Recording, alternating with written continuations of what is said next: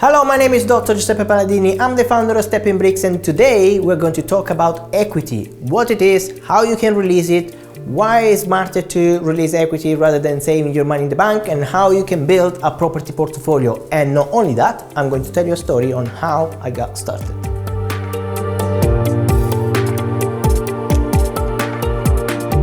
First of all, let's define equity. So you have a house and you have the difference between the total value of the house, okay, that's the value, and the outstanding mortgage. So if you have a mortgage on the property, let's say you have a 50% mortgage, okay, in that case it means that your 50% is your debt and the other 50% is called equity. Okay, so it's the extra value that you have on your property after all expenses. So that equity can be released or pulled out tax-free because it's classified as debt and not as income. So you can release it and then you can reinvest it. But let's talk step by step here. Now, if you don't have a mortgage at all on a property, it means the full value of the property is equity, which means you can release as much as you want as long as it is calculated against your affordability. So because it is your personal house, your affordability is based on your salary, on your income. If, however, you were releasing equity from an investment property, let's say a buy-to-let, then the affordability is not your personal income anymore, but is the rental income. And most banks generally calculate it at 125% of the mortgage payment. For example, if your mortgage payment is £1,000 a month, you need to rent it for at least 1,250, so 125% of it. That's the affordability, the stress test the banks, lenders do on your investment properties.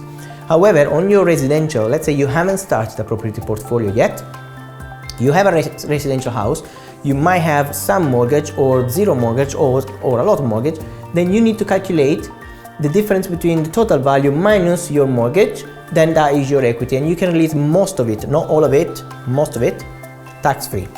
Now, what do you do with the equity? Well, let's say you have this beautiful equity here, you can now buy another property, like a buy-to-let.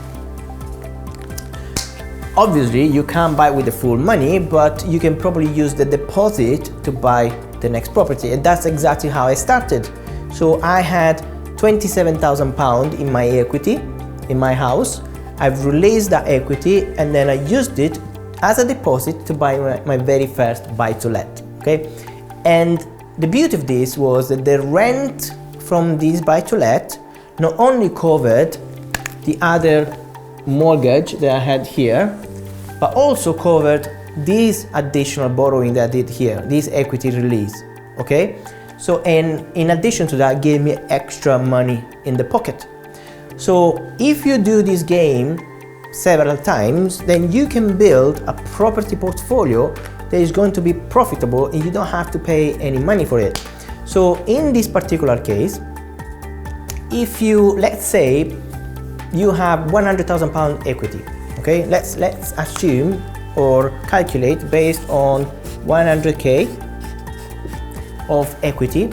Now, rather than buy one other property cash and use the whole money, why don't you split it into 3 or maybe 4 new properties?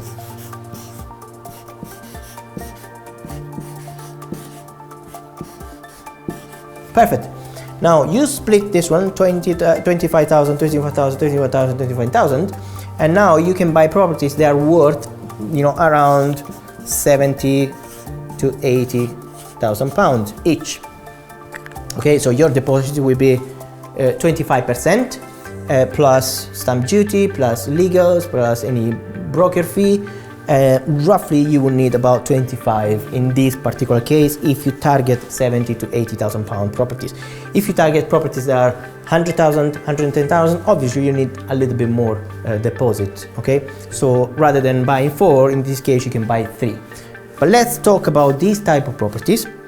Each property will give you on average around £800 a month in rent minus your mortgage for each of them, minus your equity that you released, you're talking about a lot of money that are in your pocket, even after all expenses.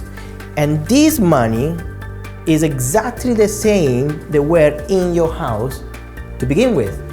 But in your house was not doing absolutely anything. We're just sitting there, parked there, is not doing absolutely anything, and you're not better off because you're not doing absolutely anything there. You're not growing your portfolio, you're not investing, you're not multiplying your income.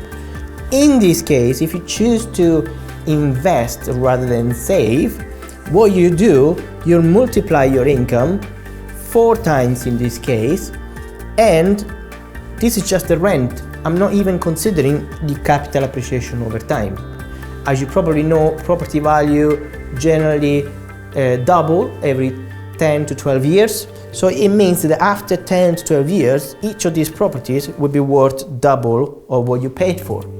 And that is an additional equity that you're building in your portfolio that is again free money. You're not selling, you don't have to pay tax on it, it's free money. If you sell, obviously you have to pay tax on it. If it's in a limited company, you pay corporation tax. If it's in your personal name, you pay capital gain tax. But as a professional property investor, you need to know how to structure your business correctly. And this is what we teach our students at the Stepping Bricks University, which is a 3 days live event in person that we spend all together, and we go through each of the deals, we analyze them, we map out how they can build a property portfolio and how can they structure it in a way that is tax efficient and also they can generate wealth forever.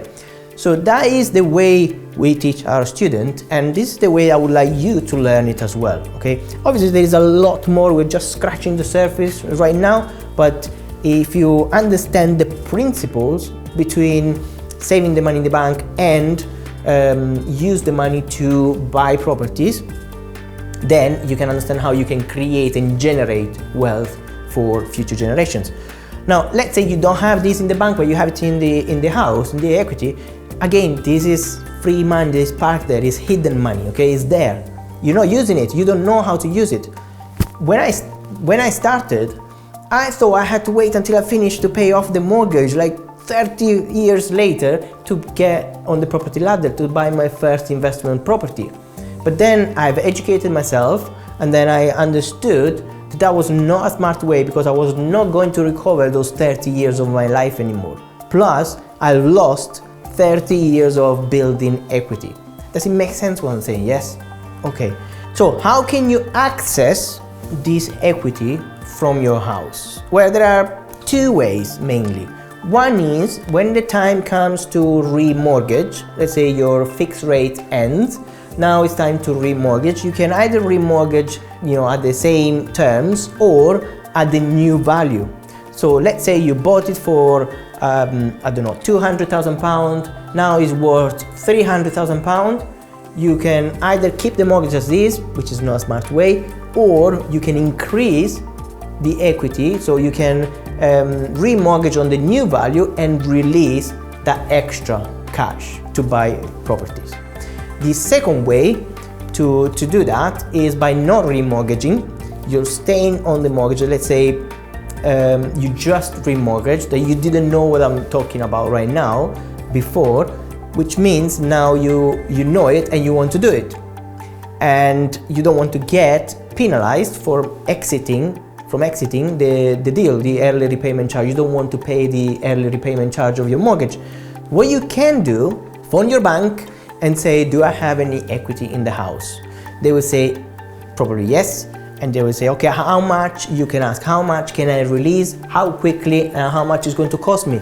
3 questions. How much can I release, how much is going to cost me, and how quickly.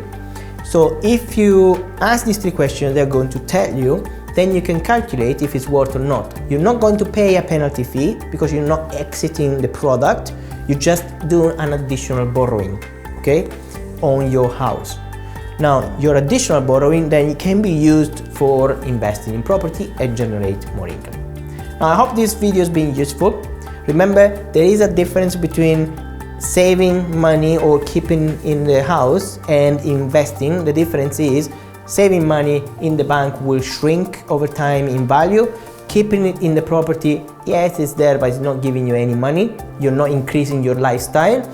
Or investing it in a smart way. Remember, you need to be sustainable and profitable when you invest. So get somebody to help you to do these things. Don't do it on your own. This is very dangerous if you do it on your own, okay?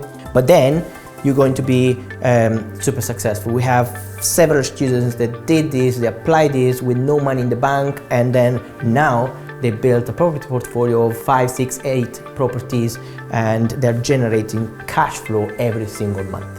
So if you like this video, click subscribe, like and comment below. Also, if you want to know more how to become one of our students, make sure you reach out. I'm on social media, I'm on Facebook, Instagram, TikTok, YouTube, everywhere you can think of, and I'll be happy and more than happy to help you to achieve your financial goals. My name is Dr. Giuseppe Paladini. I'm the founder of Stepping Bricks, and I look forward to working with you. Bye bye for now.